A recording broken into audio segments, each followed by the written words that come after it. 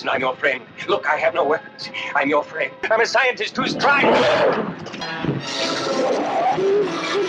A circle of men stand tensely around a massive block of ice, their flashlights revealing a shadowy figure frozen within.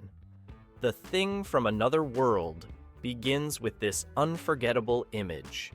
Scientists and soldiers united in fascination and fear.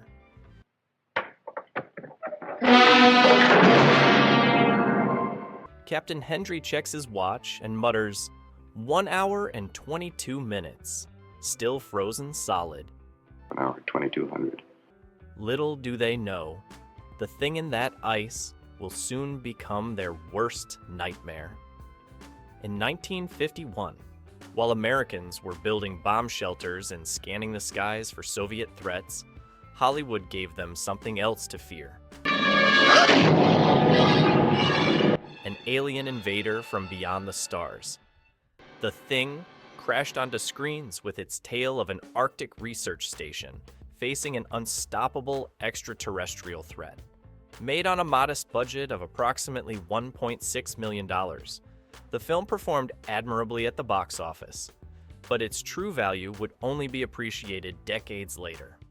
What makes The Thing from Another World so remarkable isn't just its place as one of the first serious alien invasion films. This tightly crafted thriller established a distinctly American approach to science fiction horror, one where military might and scientific inquiry must work together against external threats.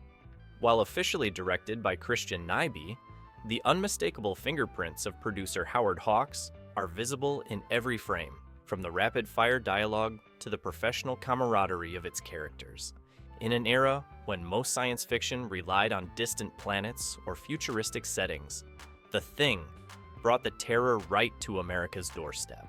Its isolated Arctic research station became the perfect battleground for Cold War anxieties, a microcosm of American society facing an infiltrating, unknowable enemy that threatened not just lives, but our very way of life.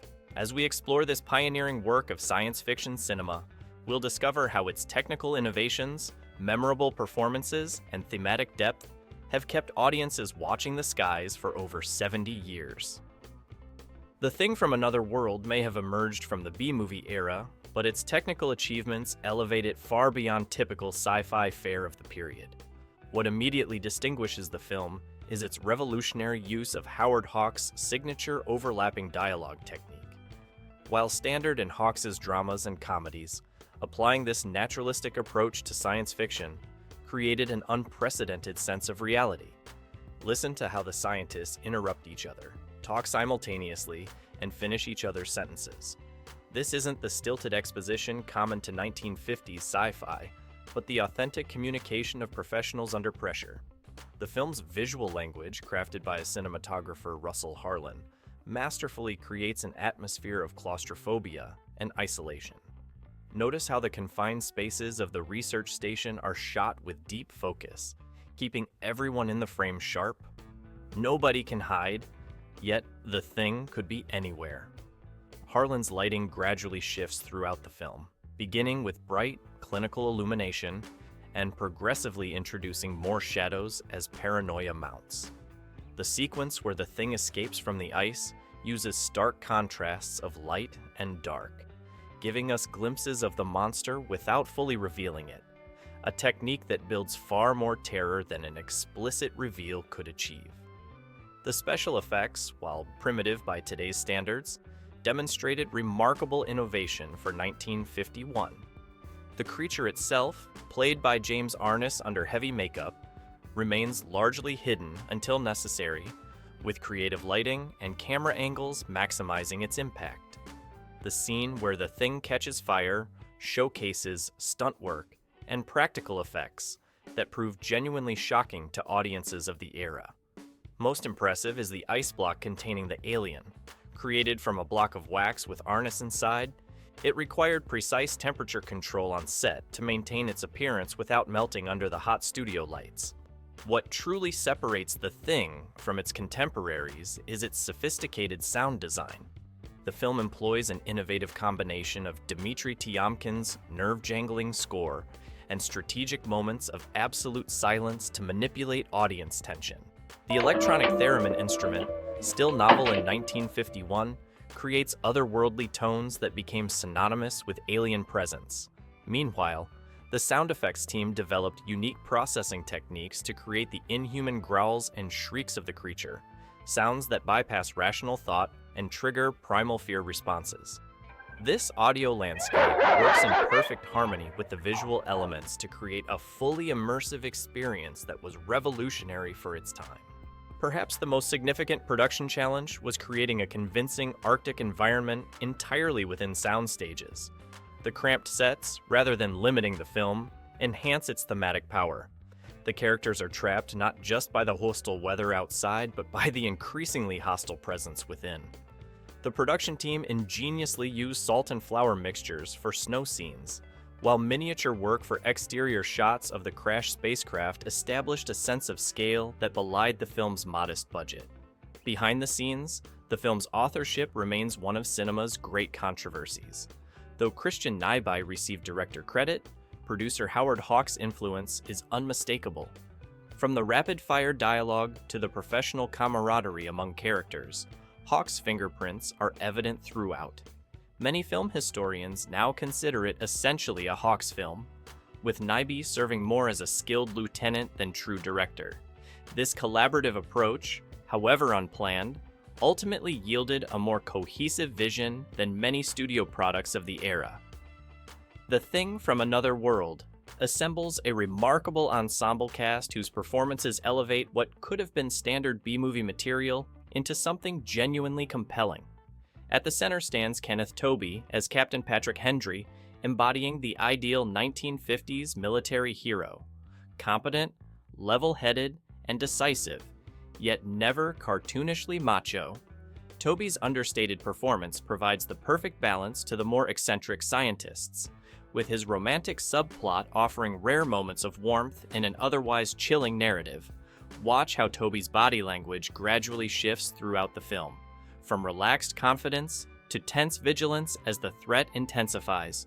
Margaret Sheridan delivers a surprisingly progressive female character as Nikki Nicholson. Unlike the screaming damsels typical of the era, Nikki is intelligent, resourceful, and possesses agency throughout the story. The scene where she deliberately gets Captain Hendry drunk to test his character reverses typical gender dynamics of the period. Sheridan and Tobey's chemistry crackles with Hawks' trademark rapid-fire banter, providing crucial moments of humanity amid mounting terror. Their dialogue exchanges, particularly the scientific expedition scene, showcase the film's unique ability to blend humor with suspense. Robert Cornthwaite's portrayal of Dr. Arthur Carrington stands as one of cinema's definitive science-gone-too-far antagonists. Rather than a cackling madman, Carrington is a true believer whose rational mind can't accept that knowledge might sometimes be dangerous. His famous line, "There are no enemies in science, only phenomena to be studied," encapsulates the film's central thematic tension. Cornthwaite's dignified performance makes Carrington's descent into obsession all the more disturbing. He remains convinced of his righteousness, even as his actions endanger everyone around him. Though his screen time is limited, James Arness makes a powerful impression as the alien Thing. Standing 6 feet 7 inches, Arness brought imposing physical presence to the role, despite being barely recognizable under makeup and prosthetics. The decision to keep the creature mostly hidden, showing it mainly through shadows and brief glimpses, capitalizes on the audience's imagination. When finally revealed in the electrifying hallway scene, the Thing's silent, unstoppable advance creates one of the film's most memorable moments of pure terror. The film's most iconic sequence remains its climactic confrontation, where science and military finally unite to defeat the alien threat. The unforgettable image of the Thing ablaze in the corridor, arms outstretched as electricity surges through its body, has become embedded in horror cinema iconography. Equally powerful is the film's closing warning delivered by journalist Ned Scott. Watch the skies. Everywhere. Keep looking. Keep watching the skies.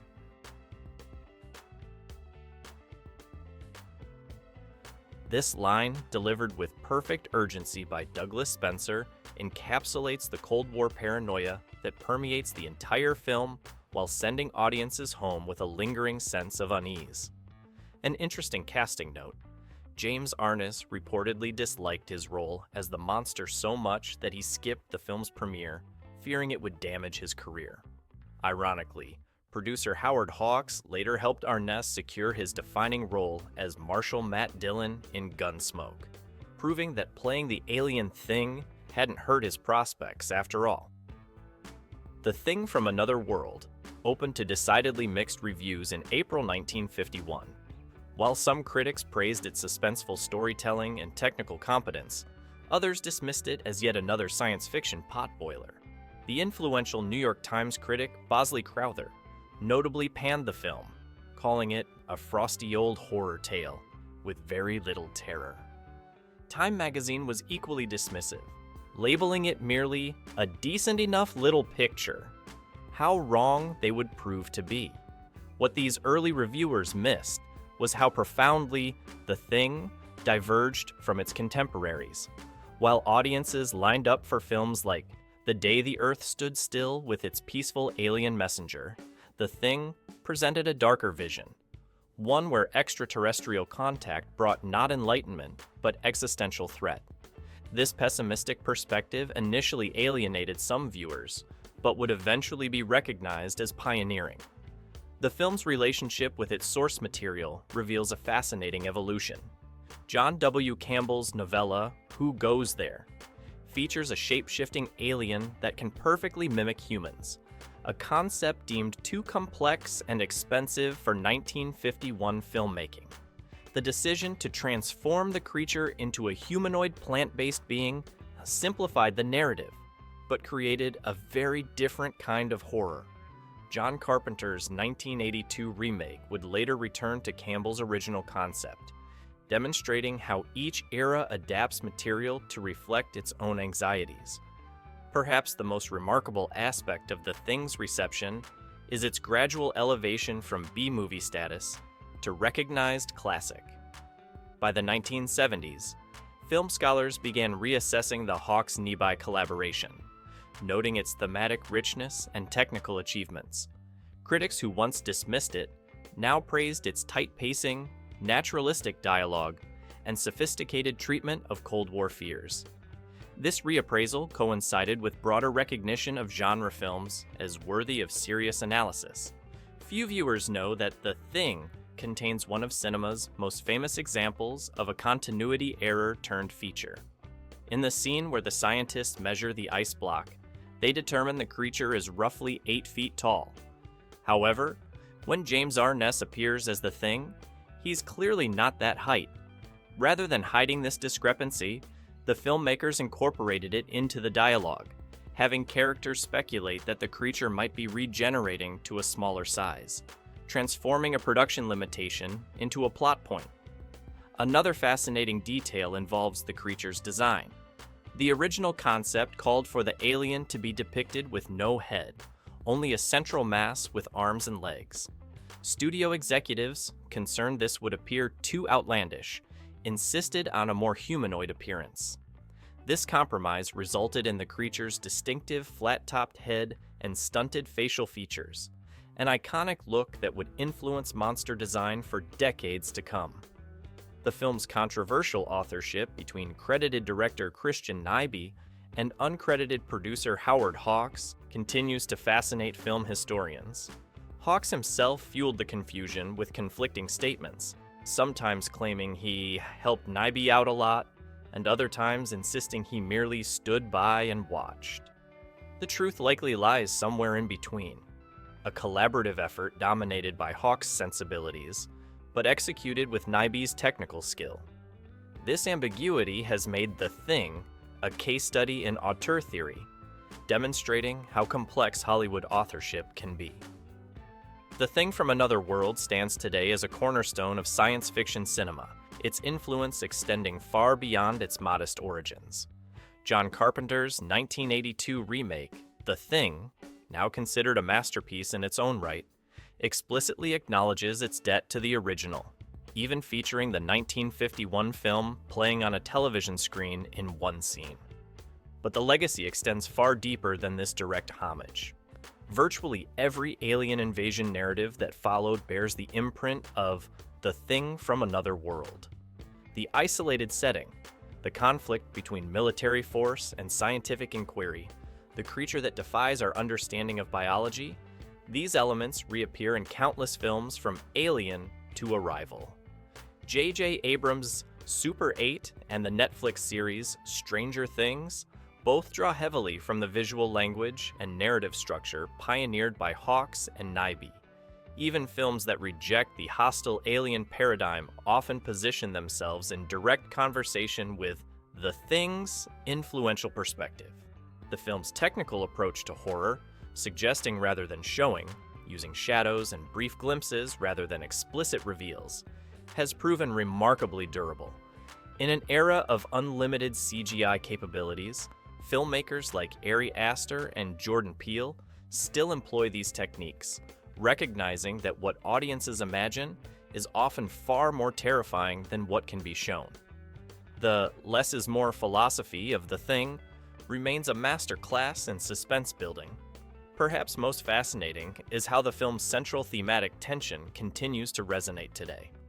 The conflict between Dr. Carrington's pursuit of knowledge at any cost and Captain Hendry's cautious pragmatism speaks directly to contemporary debates about scientific ethics. When Carrington argues that the aliens' knowledge could unlock the universe, despite the immediate danger it poses, he anticipates modern discussions about artificial intelligence, genetic engineering, and other potentially transformative technologies. The Thing asks a question we're still struggling to answer. How do we balance the advancement of knowledge with proper caution about its consequences? The film's visual aesthetic has enjoyed a surprising revival in the digital age. Its stark black and white imagery, minimalist Arctic settings, and emphasis on practical effects have influenced a generation of filmmakers reacting against CGI excess. Films like The Vast of Night and A Quiet Place echo The Thing's ability to create maximum impact with limited resources. Even its depiction of professionals working together against an existential threat feels refreshingly relevant in our polarized times.